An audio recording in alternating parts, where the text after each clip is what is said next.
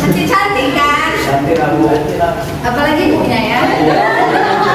Gak ada yang mau Malu, sendiri sama.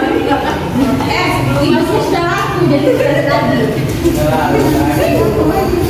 Sebelum masuk ke pada kegiatannya, di sini kami akan memperkenalkan diri kami terlebih dahulu. Karena dari Pak mengatakan, kenal maka tak saya.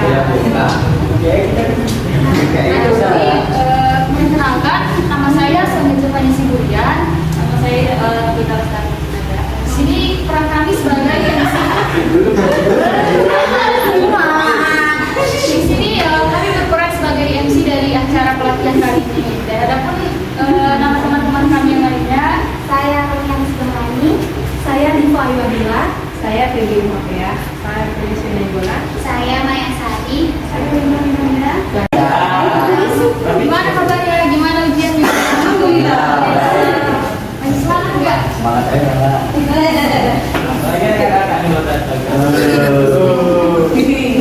Cantik-cantik kan? Cantik lah Bu. Apalagi ibunya ya. gak ada yang mau Malu, sendiri sama. masih sudah aku jadi tadi. Sebelum masuk ke pada kegiatannya, di sini kami akan memperkenalkan diri kami terlebih dahulu. Karena dari Pak mengatakan, kenal maka tak saya. Mengenalkan, nama saya Sonia Jepani Siburian. Nama saya Bita Lestari.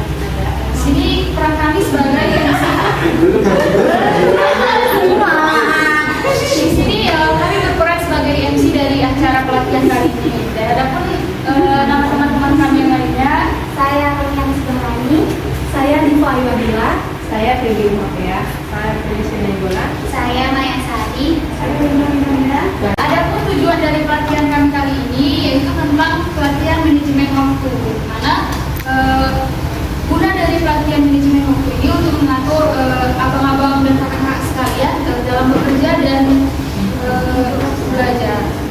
Oke, adapun rundown atau tata acara kita ini, pertama yaitu doa akan dipimpin oleh Saudari Wilma, kedua menyanyikan lagu wajib nasional, ketiga kata sambutan dari pihak BKBM, kelima yaitu kata sambutan dari ketua atau panitia yaitu Isni, yang keenam yaitu kegiatan inti pelatihan yang akan dipandu oleh Saudari Romiana, dan ketujuh ada pembagian door prize, ada dua menang, dan yang terakhir Oke, baik. Pertama-tama kita akan berdoa dulu dipimpin oleh Saudari Wilma pada Saudari Wilma. Assalamualaikum warahmatullahi wabarakatuh. Selamat siang semuanya. Izinkan saya berdoa menurut ajaran agama Islam. Bismillahirrahmanirrahim. Alhamdulillahirabbil alamin. Wassalatu wassalamu ala asyrofil anbiya'i wal mursalin wa ala alihi wa ashabihi ajmain. Amma ba'du. Ya Allah, mudahkanlah kami dalam pelatihan ini. Ya Allah, berikanlah kami manfaat dari apa yang telah Engkau ajarkan kepada kami. Ya Allah, berikanlah kami pengetahuan terhadap apa yang bermanfaat bagi kami. Ya Allah, berikanlah pemahaman kepada kami dan pada keluarga kami, serta para kerabat kami dalam memahami agama. Rabbana atina fid dunya hasanah wa fil akhirati hasanah wa qina adzabannar. Subhana rabbika rabbil izzati amma yasifun wa salamun alal mursalin walhamdulillahi rabbil alamin. Assalamualaikum warahmatullahi wabarakatuh. Waalaikumsalam warahmatullahi wabarakatuh. Oke, baik. Kepada Saudari Wilma. Baik, sebelum kita mulai acara pelatihan kita, ada baiknya kita menyanyikan lagu nasional, lagu Indonesia Raya. Mari kita bernyanyi. 1, 2, 3, ya. Indonesia tanah airku, tanah tumpah darahku, di sanalah aku berdiri, jadi pandu ibuku. Indonesia kebangsaanku, bangsa dan tanah airku, marilah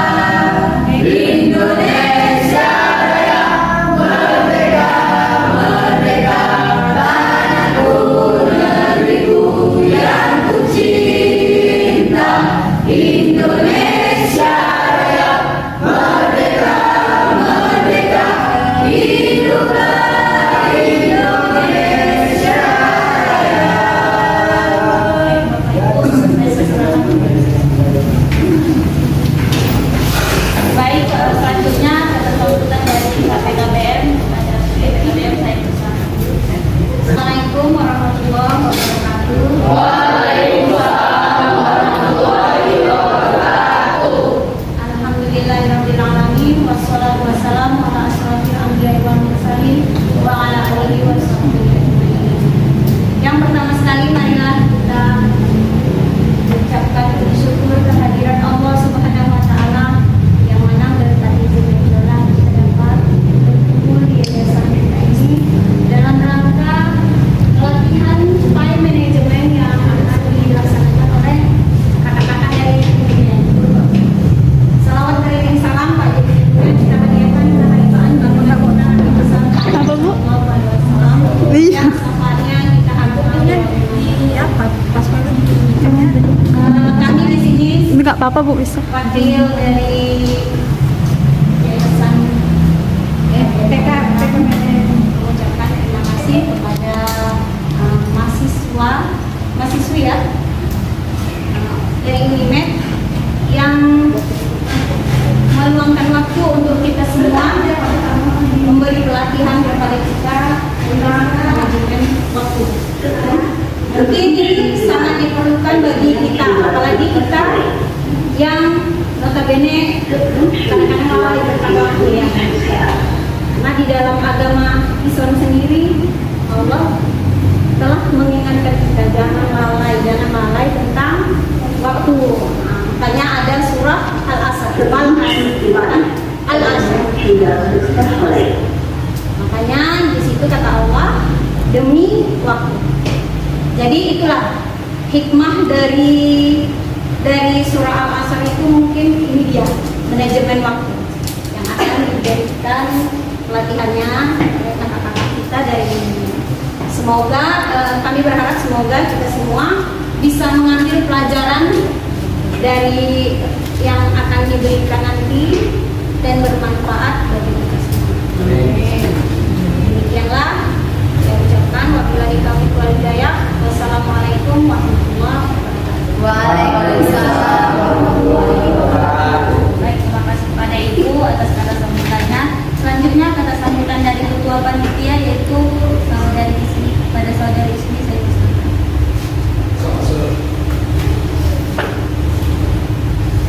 Assalamualaikum warahmatullahi wabarakatuh. Selamat siang semuanya.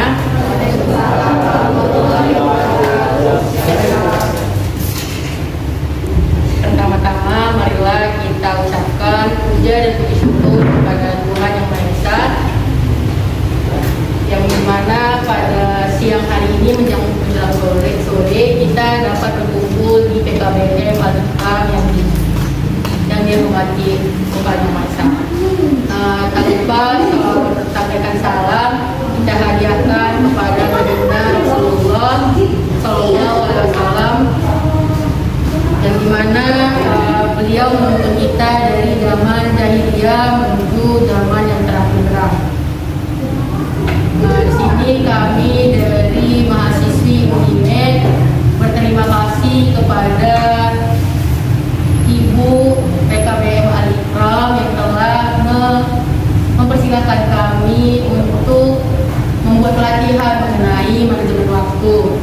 Dan di sini kami juga berterima kasih kepada kakak-kakak, abang-abang, ibu-ibu, bapak-bapak yang telah meluangkan waktunya dan berkenan mengikuti pelatihan yang akan kami laksanakan.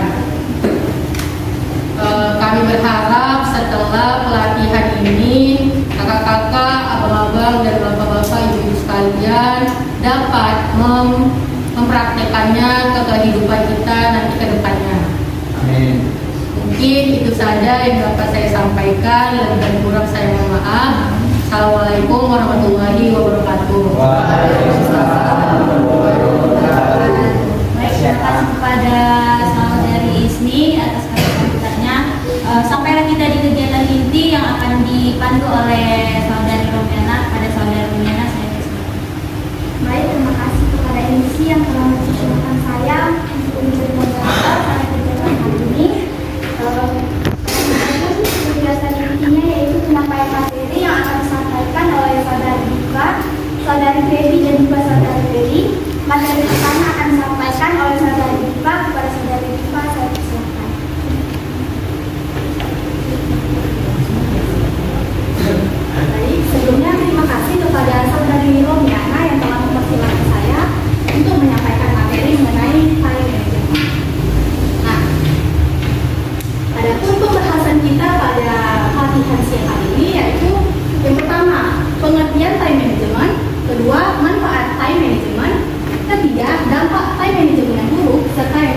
tips-tips time management. Untuk itu, tanpa perlu berlama-lama lagi, langsung saja kita memasuki materi pertama, yaitu pengertian time management. Nah, ada banyak sekali menurut pendapat para ahli mengenai pengertian dari manajemen waktu atau time management. Tapi di sini saya mengambil 3 contoh, yaitu ahli pertama Abraham Maslow, yang mana dia mengatakan bahwa manajemen waktu adalah memahami seberapa penting elemen waktu yang kita punya dalam hidup serta menetapkannya untuk memenuhi kebutuhan. Adapun ahli yang kedua yaitu Moritz, yang mana dia mengatakan bahwa manajemen waktu adalah cara untuk mengendalikan waktu sehingga bisa mencapai tingkat efektivitas dan produktivitas. Dan yang ketiga yaitu ahli Orr, yang mana beliau mengatakan bahwa manajemen waktu adalah cara memanfaatkan waktu untuk melakukan kegiatan yang dianggap penting dan tercatat di tabel kerja. Untuk itu bisa disimpulkan bahwa manajemen waktu adalah upaya menentukan skala prioritas waktu agar tetap efektif digunakan dalam seharian.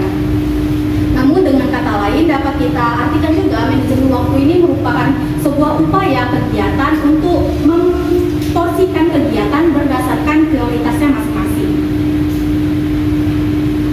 Adapun materi yang kedua mengenai manfaat time management. Nah, dengan manajemen yang baik tentu akan ada banyak manfaat yang kita terima. Di sini saya akan menjelaskan 5 manfaat time management. Yang pertama, hidup teratur. Nah, seperti yang telah saya sampaikan tadi bahwa manajemen waktu adalah kegiatan atau upaya memporsikan kegiatan ke dalam prioritasnya masing-masing. Tentu hal ini membuat hidup kita menjadi lebih teratur karena kegiatan-kegiatan kita telah kita buat dalam skala tabel kerja. Adapun yang kedua, disiplin.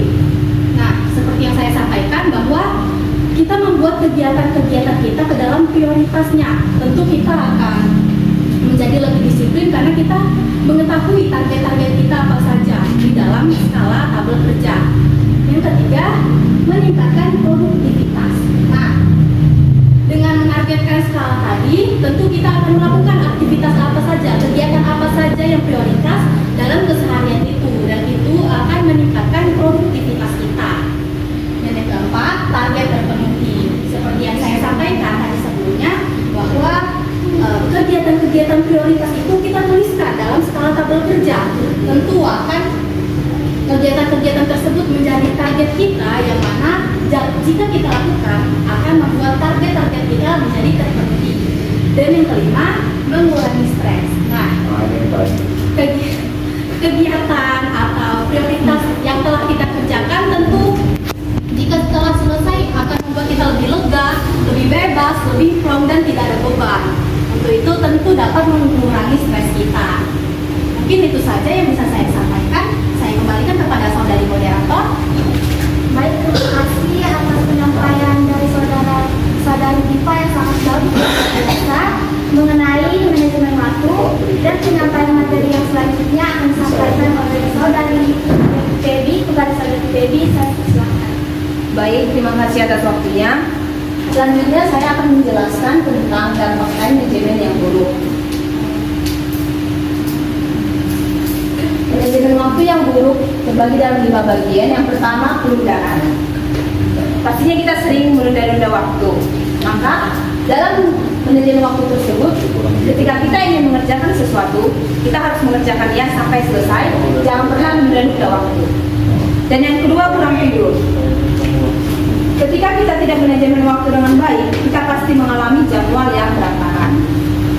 Tentunya hal ini akan berdampak pada kesehatan kita. Selain itu, jika kita tidak cukup tidur, kita akan menyebabkan aktivitas dan menjadi tidak fokus melakukan sesuatu. Maka dari itu, cobalah kita untuk menjadwalkan pekerjaan. Jika sudah waktunya untuk tidur, maka jangan ditunda. Dan yang ketiga, kurang berenergi. Jika kita merasa tidak fokus dan tidak bersemangat, itu merupakan tanda-tanda bahwa kita kurang memanfaatkan waktu dengan baik. Evaluasi apa saja kegiatan yang kita lakukan dalam sehari-hari, ketika ada di malam atau di pagi hari. Dengan begitu, kita akan kembali fokus dan bersemangat dalam mencapai tujuan yang akan kita lakukan. Dan yang selanjutnya, tidak tepat waktu. Tidak tepat waktu merupakan salah satu akibat dari manajemen waktu yang kurang buruk. Jika kita datang terlambat atau pergi dari kantor atau sekolah, maka kita mungkin meninggalkan hal-hal yang produktif di sana. Selain itu, penting untuk menyamankan jadwal dengan rekan kerja jika Tidak bersama orang lain. Dan yang kelima, terburu-buru. apakah kita sering mengerjakan pekerjaan dengan terburu-buru? Kita mungkin menentukan tenggat waktu yang tidak realistis atau tunduk dalam komitmen yang berlebihan. Maka sebab itu, cobalah kita untuk mengatur waktu dengan baik dan jangan katakan ya dengan semua rencana yang ada. Dan yang selanjutnya, tentang tips manajemen waktu. Dibagi dalam 5 bagian. Yang pertama, menentukan skala prioritas.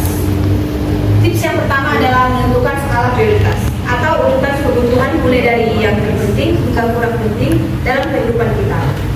Coba menyusun kegiatan dan kebutuhan apa yang membutuhkan perhatian lebih sehingga porsi jam yang kita berikan juga lebih banyak. Yang kedua, membuat jadwal atau timetable. Menyusun skala prioritas saja tidak cukup jika kita tidak bisa menentukan beberapa durasi yang harus diberikan dalam mengerjakan kesibukan tertentu. Karena itu, cobalah kita membuat jadwal atau timetable agar kita bisa memonitoring dengan baik target apa yang harus kita raih. Di sini ada yang tahu apa itu timetable? Timetable itu seperti kita menuliskan apa yang akan kita kerjakan hari ini, kita susun agar kita nanti tidak kewalahan dalam mengerjakannya. Dan yang selanjutnya, disiplin dan fokus. Langkah time management akan percuma jika kita tidak disiplin dan tidak fokus dalam mengerjakannya. Tips ini mengajak kita agar selalu sungguh-sungguh dan menaruh konsentrasi dalam memenuhi kegiatan kita. Dan yang keempat, Istirahat. Kebiasaan disiplin mengerjakan sesuatu jadwal peraturan waktu memang lebih baik. Namun jangan lupa untuk beristirahat. Kerja terus-menerus dinilai tidak akan menghasilkan output yang bagus. Dengan memberikan waktu istirahat, badan dan otak akan fresh kembali sehingga tenaga yang diberikan selanjutnya akan lebih maksimal. Dan yang terakhir itu konsisten menerapkan. Seluruh tips manajemen waktu yang sudah disebutkan akan sia-sia jika tidak ada nilai konsisten dalam diri sendiri. Dengan niat yang tidak berubah-ubah untuk mencapai target sesuai rencana, proses time management tidak akan tertunda. Hal terpenting dari manajemen waktu yang mudah, menyenangkan, dan dapat dipelajari adalah mempraktekannya secara langsung dan bukan hanya untuk teori maupun duduk di sebuah seminar seperti halnya yang dibahas pada buku time management dan dipraktikkan. Baik, sekian materi dari saya kembalikan kepada moderator. Baik, terima kasih kepada pemateri kita Baby yang sudah menjelaskan materinya sangat luar biasa.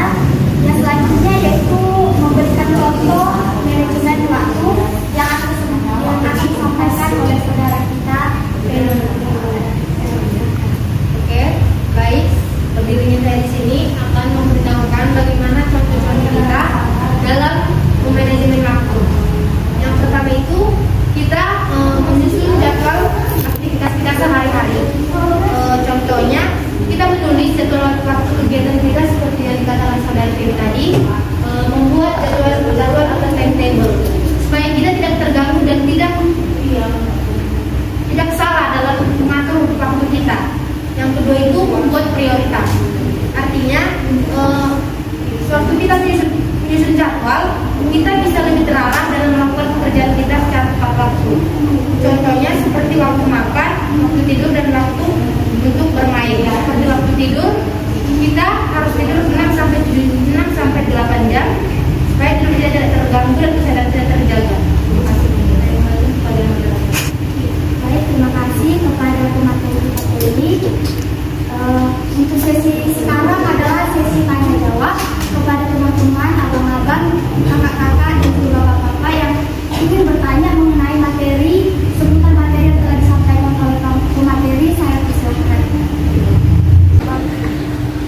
Saya ingin bertanya, jika kita sudah membuat jadwal, namun tiba-tiba ada yang atau mendadak atau yang tidak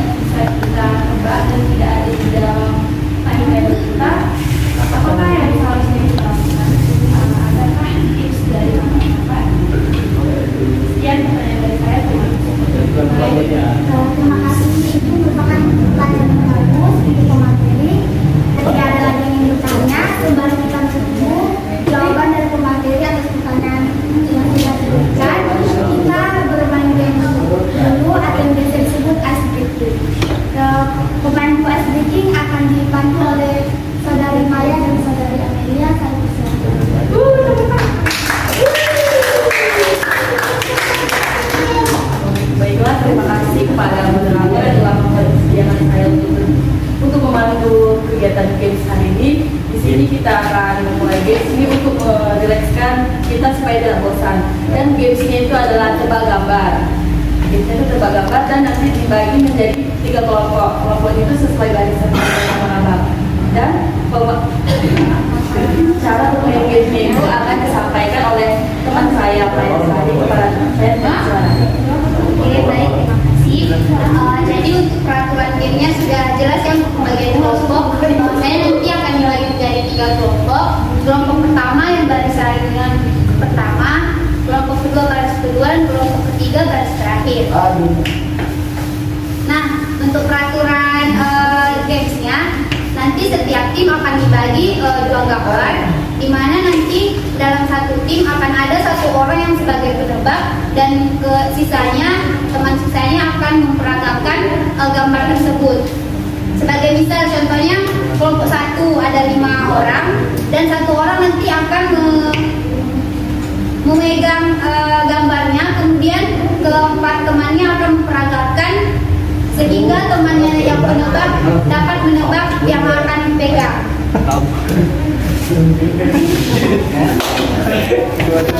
Dan untuk mendapatkan pemenang nanti kita akan memilih kepada 2 kelompok yang menebak paling cepat.